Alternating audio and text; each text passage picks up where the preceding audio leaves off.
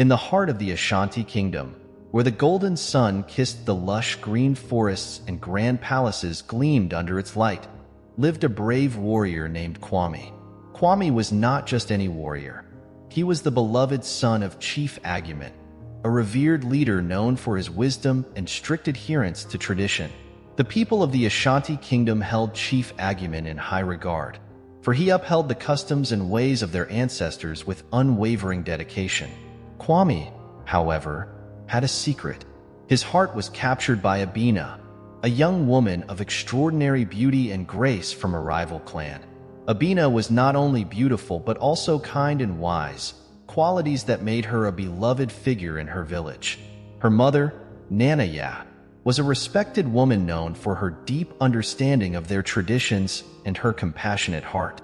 Kwame and Abena's love story began under the canopy of ancient trees, where they would meet in secret. Their love blossomed like a forbidden flower, hidden from the eyes of their feuding families. They knew their love was dangerous, but it was also powerful, binding their souls together with an unbreakable bond.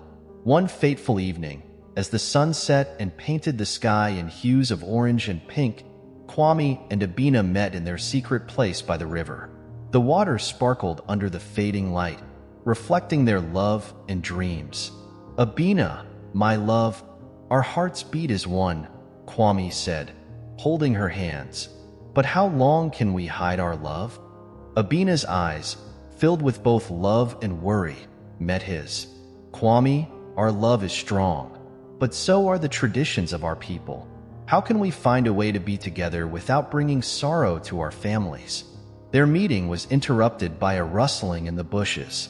They turned to see Osei, Kwame's best friend and loyal companion, standing there with a troubled expression. "Kwame, Abena, you must leave at once. Your secret is out, and the clans are preparing for a confrontation." Fear gripped their hearts, but they knew they had to face the consequences of their love. Kwame and Abena returned to their respective villages, knowing that a storm was brewing. Chief Agyeman was furious when he learned about his son's forbidden love. "Kwame, you have brought dishonor to our family," he thundered. "Our traditions are the pillars of our society. You cannot be with Abena." Kwame, though deeply respectful of his father, could not deny his love for Abena. "Father, I respect our traditions, but love is also a powerful force. Abena and I believe that our love can bring peace between our clans." Chief Agyeman's eyes softened for a moment, but his resolve remained. "You must choose, Kwame, your love or your family." Meanwhile, Abena faced a similar dilemma. Her mother, Nanaya, sat her down in their cozy hut, filled with traditional decorations and the warmth of their culture. "Abena, my child, love is strong, but so are our ways. How will you balance the two?" "Mother, Kwame and I believe that our love can unite our clans.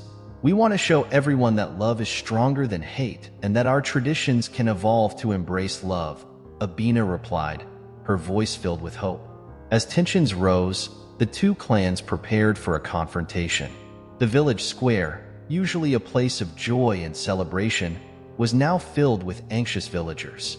The air was thick with anticipation, and the sound of drums echoed the tension.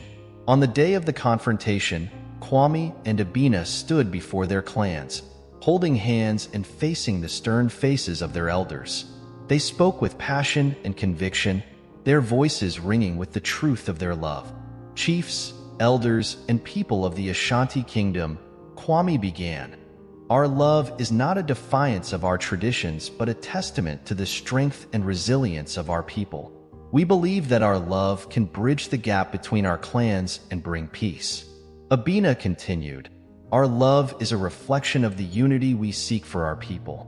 Let us not be bound by old feuds, but be inspired by a new vision of harmony and love." Their words touched the hearts of many, and slowly, the rigid walls of tradition began to crumble. Chief Agyeman, seeing the sincerity and strength of his son's love, stepped forward. "Perhaps it is time for us to see that love, too, can be a part of our traditions. Let us give peace a chance." Nanaya, with tears in her eyes, embraced her daughter. Abena, your love has shown us a new path. We must honor that.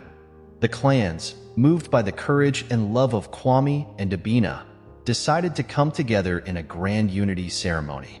The village square, once tense with conflict, now buzzed with joy and celebration. Drums beat rhythmically, dancers in colorful attire swirled, and the air was filled with laughter and hope. Kwame and Abena, dressed in their finest kente cloth, stood together as their clans united in a joyous celebration. Their love had triumphed, proving that even the deepest divides could be bridged by the power of love. Their story became a legend in the Ashanti Kingdom, a beacon of hope and inspiration. Kwame and Abena's love had not only brought their clans together but had also shown that traditions could evolve to embrace the power of love. They had written a new chapter in the history of their people, one that would be remembered for generations to come.